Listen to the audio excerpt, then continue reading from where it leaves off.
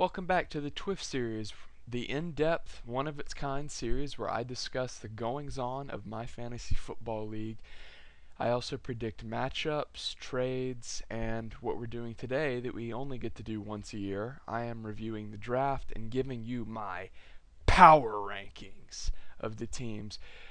If you don't know what power rankings are, basically, I predict who's going to finish where as far as record goes. So the team at number 1 will be, in my opinion, the best team. Team at number 12 will be, in my opinion, the worst team.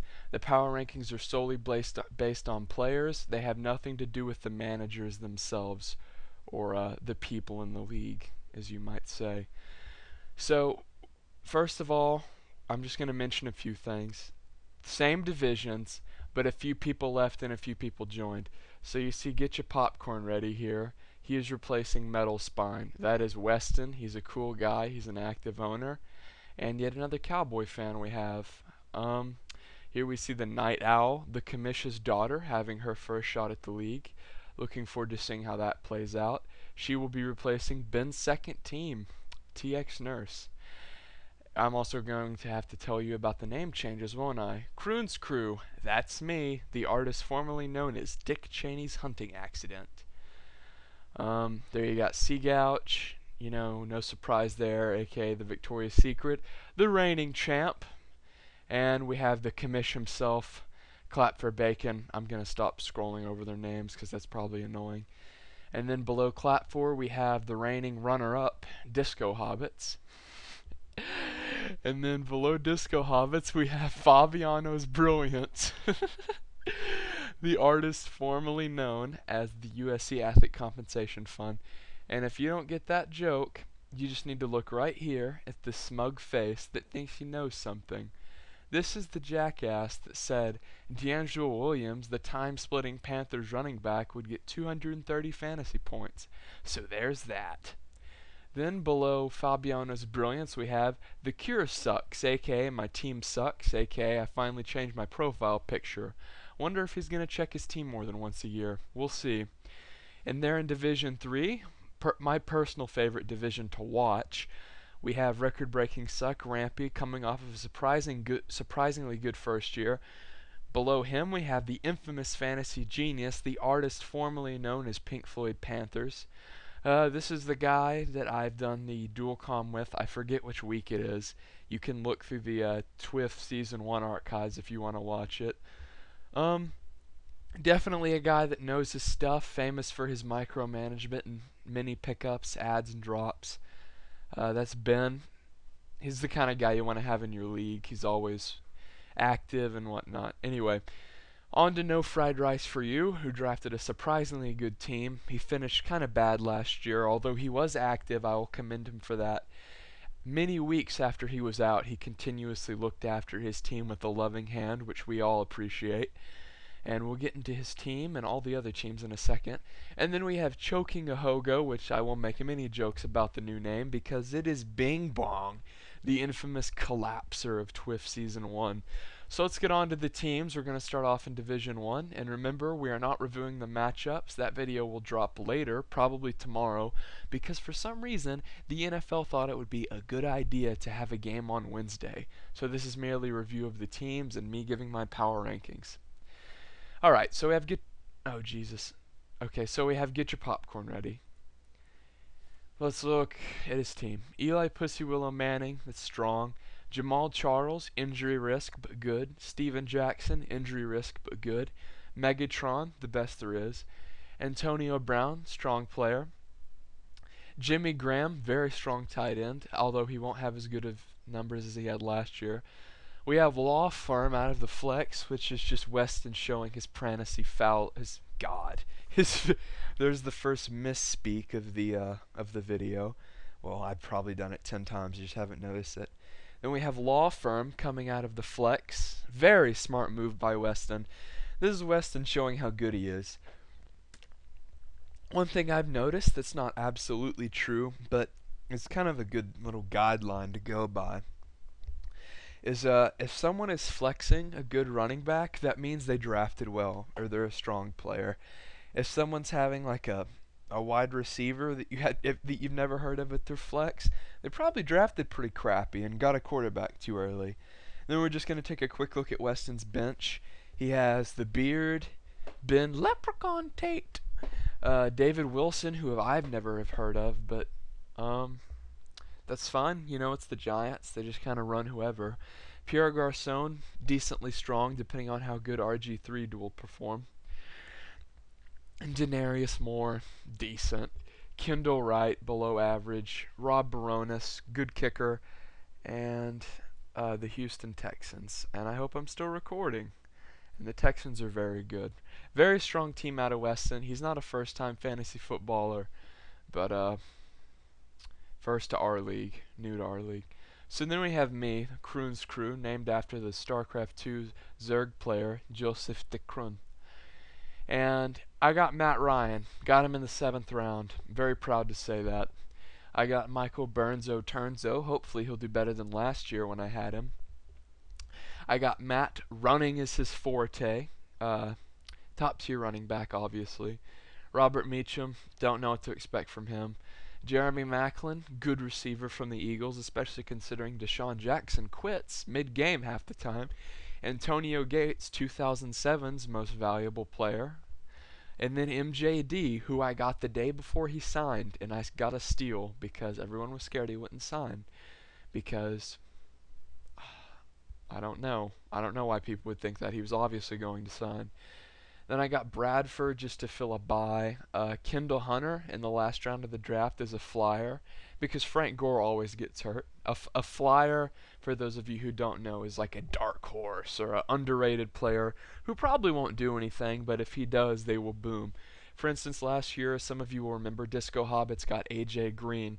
Very, very strong player, as we came to find out, but he was a rookie coming into the season. So, and then I got Jonathan Stewart for some buys, and Anquan Bolden, Mike Wallace, Nate Washington. Mid to low level receivers, you know, probably closer to mid, but, you know, I guess if I got him, that means someone else didn't want him, right? And then Nate Kading and the Steelers defense. Pretty good team. Triple running backs, which is something that I like to have. Gonna give Weston a run for his money. Now let's go down to the Night Owl, the commissioner's daughter. Her first year ever playing fantasy football. Let's take a look at her team. She got Scam Newton. Running touchdowns, as we all know, very important. Then she got Sean Green, who everyone knows I despise. Don't agree with that pick at all. She got Doug Martin. God knows what the hell that is. She got Doug Martin. Good player. Don't know much about Doug Martin. I believe he's a rookie, and I believe that he will have a good year. Hakeem Nicks, good player, has to fight with Victor Cruz, which is kind of a joke. Fitz, second best receiver to Megatron, great pickup by Lilly there. Brent Selleck, good a few years ago, not very good now. Brandon Marshall, don't trust him, he's a nut job. And then on her bench, she has Action J, who... Well, I guess what I can say about Action J is I'm really happy for Lily that she got Josh Freeman. That should tell you what I think about Action J. And she got Ced Benson for the Packers, and the Packers don't really run, so that's irrelevant. She got Evan Royster. I don't think he's going to start. He might, though. Mario Manningham, who will be fighting for other receivers. Vernon Davis tends to get a lot of the Chargers touchdowns. I know he's not a receiver, but that kind of decreases Manningham's value. And then Kevin Ogletree, I'm just going to have to say flat out this is a total just like I like the Cowboys pickup. I don't really see him doing anything. And then she got Kevin Hartley, who's pretty good, and the Packers D, which is superb. Definitely looks like a first ever draft team. Not that strong, quite honestly. But then we have the defending champion, the mighty Sea Gouch. And, you know, in my opinion, you can't really take much into this team. You can't take much away from it. Because at some point, Christian's going to just say, I want all the Saints, or I want all the Browns. And hopefully, for my sake, since he's in my division, he takes the Browns. But Christian, okay, every fantasy football player has like a thing that they are like an intangible. For instance, a rage trader. I do that. Someone has a bad week, and then they make me lose the game. Then they have a great week when I bench them. I despise that player. I have a vendetta against that player, so I trade him for way less than he's worth. Christian just gets everyone on one team. It's a really dumb strategy, but it worked out for him last year. He has a pretty good mix, but we'll see what happens when he decides which team he wants to attack. He has Breeze, which is, of course is elite, who is elite, and then he has Marshawn Lynch, who he probably doesn't know is going to be suspended for his DUI at some point. He has Rob Hellew, who's not very good. I'm sure he'll make his starts, but I don't really care because it's the Redskins and he'll probably split time with someone. Then he has Dez, who's good but injury prone, Greg Jennings, who is elite, Vernon Davis, who is very good, Deshaun Jackson, who is kind of Yeah, that's how I feel about Deshaun Jackson, mostly because he quits mid-game, as I mentioned before. And let's look at his bench. Jake Locker, great pickup by Seagouch. I like that. He got Mark Dirty Sanchez, don't know why. Mark Ingram, meh, time splitter not that great. Kevin Smith, above average. He should probably start him in his flex, honestly. Then Emmanuel Sanders and Titus Young, both don't even deserve to be on a team, but he did get a good kicker in defense, probably providing a reasonable explanation to why he has Emmanuel Sanders and Titus Young. Okay, let's move on to Division 2 with the commish. Clap for Bacon. He opted for a first-round Tony Romo pick, which in my opinion is never a good idea. After that, he went with Chris Johnson, which is almost always a good idea unless you got him last year. Then he picked up Dirty Beanie Wells, who's not very good because he has a terrible offensive line. And I could make some cute analogy about how the Cardinals will probably have more punts than Beanie Wells has carries, but I mean, carry's a carry even if it amounts to negative yards, right? So then he has Darius Hayward-Bay, who isn't as impressive as his name sounds. He's actually not very good at all. And then Victor Cruz, who is very good, and Jason Witten, who is probably the best tight end in the league. And he got Reggie Wayne, who people still draft just because he's Reggie Wayne. He's not really that good, and he won't be because he doesn't have a good quarterback throwing to him because Andrew Luck will not do anything this year. Sorry, Colts fans. Clap 4 opted to go first-round quarterback, third-round quarterback, which is actually really bad unless you trade one of your quarterbacks, which I know he will, and his team will look a lot better in a couple weeks unless he decides to sit on Michael Vick. And knowing the commish, he's quite the Cowboy fan, so I don't see him sitting on an Eagle with that much talent for that long. He also got Javad Best, who is injured now and won't be any good later anyway. He also got James Starks, who's second tier at best. Malcolm Floyd is decent. Devery Henderson is just a dice roll. You just hope Breeze throws to him. And considering Sean Payton is gone after his hit list situation, I wouldn't roll any Saints because I say they're all of their value is decreased by about 10%. One thing that I like about the way Kevin, the commish, drafts is that he always has little unique things he does. For instance, last year, he got Megatron in the first round before everyone thought it was cool to get Megatron in the first round, and then followed it up with Andre Johnson. This year, he opts for Romo, Vick, Owen Daniels, Jason Witten. That's why the rest of his team looks kinda weak. I mean, it's really good, or not, let's just be honest, it's not really good. His team is very strong, especially in some points. But if he deals some of the extra talent that he has at one position, by one position I mean at the same position, Clap 4 is looking to be a top contender and a playoff threat. But as of right now, with Gostowski and the Pats D rounding out his roster, he doesn't look to be that much of a threat. That was a weird voice that sounded kind of like the Joker from my end. Alright, let's look at Disco. Not the God team he had last year by any means. RG3, whatever, inconsistent, not going to do anything. Willis McGahee, when I say that means I don't really trust them. They're probably not very good, but they could blow up. He did, however, get Arian Foster, who's a monster. Roddy White, who's the second receiver, but still good. Andre the Giant Johnson, who's a legend, but will always get hurt. Fred Davis, who's very good, especially since Cooley's gone. He's the main guy. I don't know if Hop Disco has these like strokes of brilliance and he's really that good, or if he's just like gets lucky. But either way, like Fred Davis is a great pickup. Miles Austin, hamstring problems, but very good. Matt Castle, pretty good backup. Ben Roethlisberger, pretty good if rape counted for fantasy points. Sorry. Um, Ryan Williams, no. Offensive line problems. Doug Baldwin, with a rookie quarterback, I wouldn't really count on him to do anything. Greg Little, third tier at best. And Laurent Robinson. I love this pickup. I would love it even more if the Jaguars didn't have a rookie quarterback. And then we look at Matt Prater and the Bills rounding out his lineup. I know Spencer was going after the Bills defense, but Disco kind of blocked him, which is the way drafting goes. All right, Fabiano's brilliance. Michael Fabiano, one of the biggest jackasses in all of fantasy anything. He's the reason the projections are so bad. Whenever you hear me reference him, he's that clown on the front page that's telling you to draft D'Angelo Williams first round.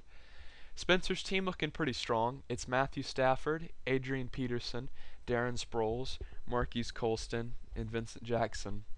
Now, why did I read all those names? Because I have the same thing to say about every one of them. They're good players, okay? I mean, Darren Sproles has some time split issues, whatever. He's going to get a couple touchdowns taken away from him. He's also going to get receiving yards to make that up. He also got Gronk, who is very good, but if you're expecting Gronk to be a monster and catch 20 touchdowns, you're an idiot. Torrey Smith, good flyer, might be a kind of like a one-hit wonder. Definitely boomer bust. Then he got Tim Tebow. I'm guessing this is some sort of biblical reasoning behind this, as there's no actual reason to have Tim Tebow on your fantasy team. And then Toby Gerhart, who he's going to handcuff to Adrian Peterson. Spencer did this with Michael Bush and Run DMC, who is Darren McFadden, last year. That's something very smart. If you have an injury-prone first-string running back, grab his backup. Sure, it kind of hurts your bench and keeps one good dark horse off your team, but it saves you that headache of, oh god, AP went down, I'm screwed for 4 weeks. He also got Peyton Hillis, who I'm assuming he's not going to start until Jamal Charles gets hurt, which he will. Jamal Charles owners, he will. Isaac Redman's good stuff. I don't know how he got him, because Mendenhall's always hurt. CJ Spillhole, decent, not great. Going to be sharing time with Fred Jackson. Vincent Brown, not going to do much. Jason Hanson, top tier kicker. And the Seattle Seahawks defense, who they are in a really terrible division. So I'm going to give Spencer the benefit of doubt on that one. Like at this point, I've been talking so much where the phrases I'm using aren't even phrases. So you have that to look forward to as I'm about to hop into the third division. But we have to review the Krew Sucks, who after a year managed to change his profile picture. He of course went Aaron Rodgers because he's that guy, which makes his team look strong until you look at his running backs. And then you have a time splitter, another time splitter who will also get hurt, and look at his bench. Another time splitter. This is going to haunt the Krew Sucks for the whole year and will prevent him from making any strong run at the playoffs, despite his exceptional receiving core that includes Julius Jones, AJ Green, Kenny Britt, but Kenny Britt's always hurt, so he's less valuable than you think, and Sidney Rice. Aaron Hernandez, also good, but splits time with Gronk. Andy Dalton, this is smart, I guess. Almost like if you're going to invest first round in Aaron Rodgers, you might want to just deal Dalton and roll like some chump diggity like Action J or someone terrible that you would never other normally roll. Because let's face it, If Aaron Rodgers gets hurt, the cure sucks is finishing with less than 4 wins, unless it's really late in the season, because his whole team is dependent on Aaron Rodgers. And then you have, some guys like Alshon Jeffrey that shouldn't even be on anyone's team. He does have Janikowski, who's very good, and 2 defenses. Let's look at Division 3. Actually, I might have screwed this up horribly. Did I already view Aaron? No, I don't think so. Who knows? I'm sorry. If I'm doing this twice, I'm sorry. Aaron has Peyton Manning, who is good but risky. He also has LaShawn McCoy, who is very good but risky. He has DeMarco Murray, who is very good but risky. What I mean by risky is DeMarco Murray can go off for 30, or he can have 10. It's very boom or bust, very, not even a phrase. Kind of like, I don't want him on my team, but I'm not going to say he's terrible. The problem with these top 3 guys? Injuries. All of these are injury prone. You might say, oh, Peyton Manning never missed a game. No, Peyton Manning almost lost his head last year, okay? First terrible hit Peyton Manning suffers, it's going to be a scare for every one of his owners. It's going to be terrible. If Peyton Manning gets hurt, just like if Aaron Rodgers gets hurt for cure sucks, Aaron doesn't have a chance. Aaron's going to finish in the cellar behind Cameron, behind Ben, and behind No Fried. Because if you look at the rest of Aaron's team, Eric Decker is good, but Brandon Lloyd's not. Peter Pettigrew. Someone's going to get that reference. Brandon Pettigrew isn't. Rashard Jennings isn't. And then you look at his bench. Michael Bush doesn't start. Danny Amendola has a terrible quarterback and a terrible line. I'm not even going to talk about Colts receivers or tight ends because it's self-explanatory. And then he got Alex Smith, who every fantasy owner who ever drafts Alex Smith is going to say, this is his year. And it never is. Stop drafting Alex Smith, guys. It's never going to be his year. Aaron did opt to get David Akers. He took him in like the 6th round. Good job, Rampy. Really screwed me there. Not.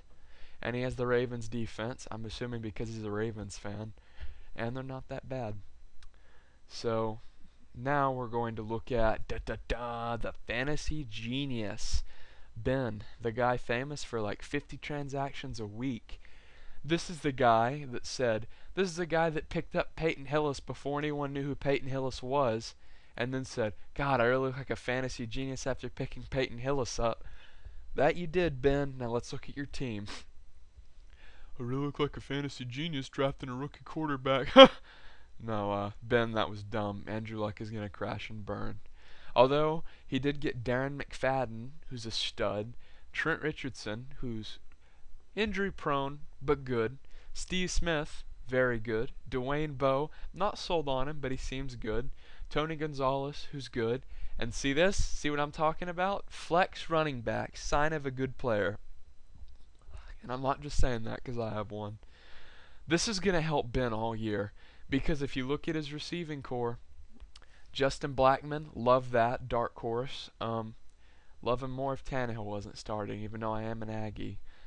But, you look at the rest of Ben's bench. His receiving core's not bad at all, but he doesn't really have like a 3rd good running back. So, or a 4th good running back.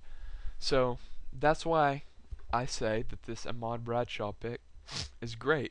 He also has Palmer, who is the best quarterback in the league if you get positive points for interceptions. And Santonio Holmes, he has Sanchez throwing to him. That's not really worth a crap.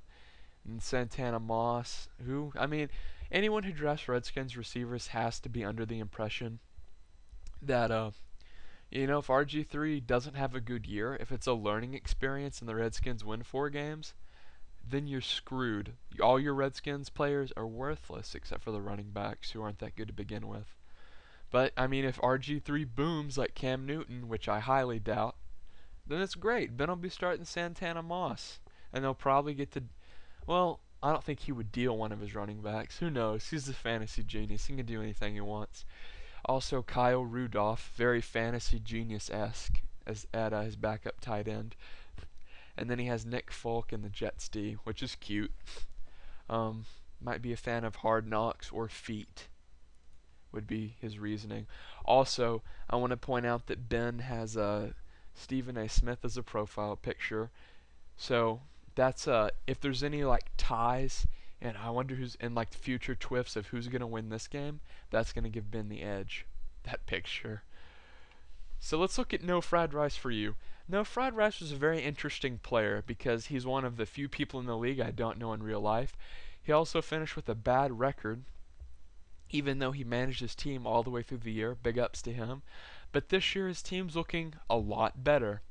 Granted, his running back core is weak with Donald Brown and Reggie Bush, but oh, look at his bench. Ryan Matthews, pretty good player. So, I mean, his running back core isn't as weak as it looks. God, I'm just falling apart here. He has Tom Terrific, who, I mean, probably the most consistent fantasy football player out there, except for the year he blew out his knee. And then Jordy Nelson, Wes Welker, great, double thumbs up. Jermichael Finley, who was the biggest disappointment of my team last year. Whatever, I'm sure he'll do great this year. And then Stevie Johnson, it's flex. That's not great, but I'm assuming he'll either flex Matthews or do something cute. You know, I'm not going to go into all of his possible scenarios. They're very obvious. They all involve either putting Matthews in or replacing another running back. Got the Eagles kicker, which I know he's an Eagles fan, which is why he did that, but not really a fan of the Eagles kicker. Excuse me. And the Bears D, which is good because they get to play Minnesota twice a year, right?